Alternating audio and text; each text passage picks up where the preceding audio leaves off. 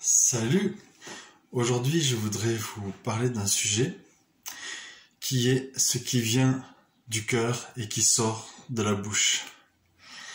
Alors, il est écrit, l'homme bon tire de bonnes choses du bon trésor de son cœur et le méchant tire de mauvaises choses de son mauvais trésor, car c'est de l'abondance du cœur que la bouche parle. Ça, c'est dans Luc 6, verset 45. Dans la vie, tu vas avoir des personnes qui vont te dire des méchancetés à des moments, qui vont vraiment te polluer par leurs paroles, et ensuite ils vont venir tout doux, oh pardon, excuse-moi, je suis désolé, pardon, de ce que je t'ai dit. Mais sache que ces personnes, ce sont des manipulatrices qui veulent en fait te manipuler, te prendre ton temps, te prendre ton énergie, et preuve en est que quand ils te disent mais tu sais moi je suis comme ça, des fois il faut que ça sorte, sinon je t'aime, hein, je suis une bonne personne, je t'aime beaucoup, mais des fois il faut que ça sorte. Ce n'est pas vrai. La parole de Dieu dit: l'homme bon tire de bonnes choses du bon trésor de son cœur, et c'est de l'abondance du cœur que la bouche parle. Donc, si c'est de la haine et de la méchanceté qui sort de la bouche de la personne, ça veut dire que le fond de son cœur, c'est la haine et la méchanceté. Et donc, elle est manipulée ou elle appartient au diable. En revanche, si c'est des paroles de grâce, de bonté, de pardon qui sortent de sa bouche, des paroles d'amour, alors cette personne appartient à Jésus. Et elle est dans l'amour. Il n'y a pas de doute. Parfois, c'est vrai que parfois on peut avoir un emportement, mais pas à dire des injures, des menaces, des méchancetés. Là, clairement, il y a un problème. Car là, ne vous trompez pas, la personne n'est vraiment pas née de nouveau quand elle vous menace, qu'elle vous insulte, et même si c'est juste des menaces, hein, même si c'est juste des menaces ou juste des insultes, la personne n'est pas née de nouveau. Si elle est née de nouveau, il n'y a pas d'insulte.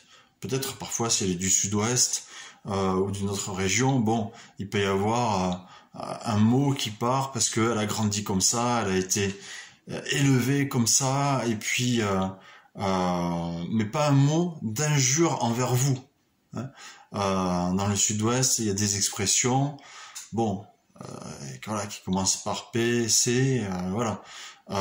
Mais la personne s'est convertie sur le tard, elle a des choses à enlever, mais en tout cas, elle ne vous insultera pas. Une personne qui vous insulte ou qui vous menace, attention, elle n'est pas née de nouveau. Ce qui sort de son cœur, c'est de la haine et de la méchanceté.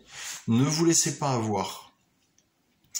Car il est écrit dans Luc 6, 44, « Car chaque arbre se reconnaît à son fruit. On ne cueille pas des figues sur des épines, et on ne vendange pas des raisins sur des ronces. » Maintenant, si la personne est née de nouveau, elle va faire attention à elle. Si elle a des fois des envies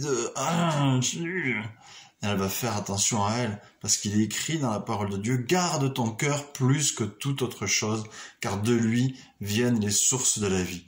Donc ça veut dire que si des fois tu viens du sud-ouest comme moi, et des fois tu te tapes le pied dans une table, et des fois tu as envie de lâcher un garde ton cœur plus que toute autre chose, car de lui viennent les sources de la vie. Il y a aussi un verset qui parle de veiller sur sa langue. Attends, je vais le chercher, parce que là, je ne m'en rappelle plus. Hop. Celui qui veille sur sa bouche garde son âme. Voilà, celui qui veille sur sa bouche garde son âme. C'est-à-dire que tu gardes ta vie. Ça veut dire, parce que des fois, avec ta bouche, tu peux dire une chose qui va t'entraîner loin, et l'autre en face, il va avoir envie de te tuer. tu vois. Mais aussi, il faut veiller sur sa bouche, parce que ce qui sort de la bouche vient de l'abondance du cœur, et également, là aussi, ça peut t'entraîner dans des choses qui vont t'amener loin de la parole de Dieu, et ça sera pas la vie éternelle que tu auras. Mais tu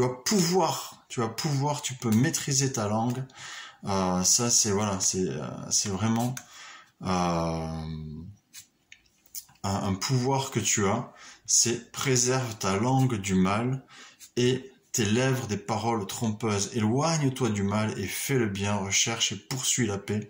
Ça, c'est Psaume 34, 12, 14. Tu n'es pas sans pouvoir, alors tu peux proclamer la parole de Dieu sur ta vie, sur ta langue, sur ta bouche, sur tes lèvres.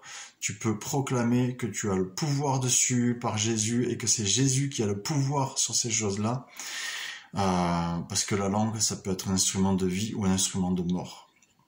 En tout cas, si tu as des personnes qui t'insultent, qui t'injurient, éloigne-toi de ces personnes, continue de les aimer, mais ne les laisse pas te manipuler, ne les laisse pas te faire croire qu'elles t'aiment, ce n'est pas vrai, c'est du mensonge, tout ce que c'est le diable qui essaie de te manipuler et de t'enfoncer.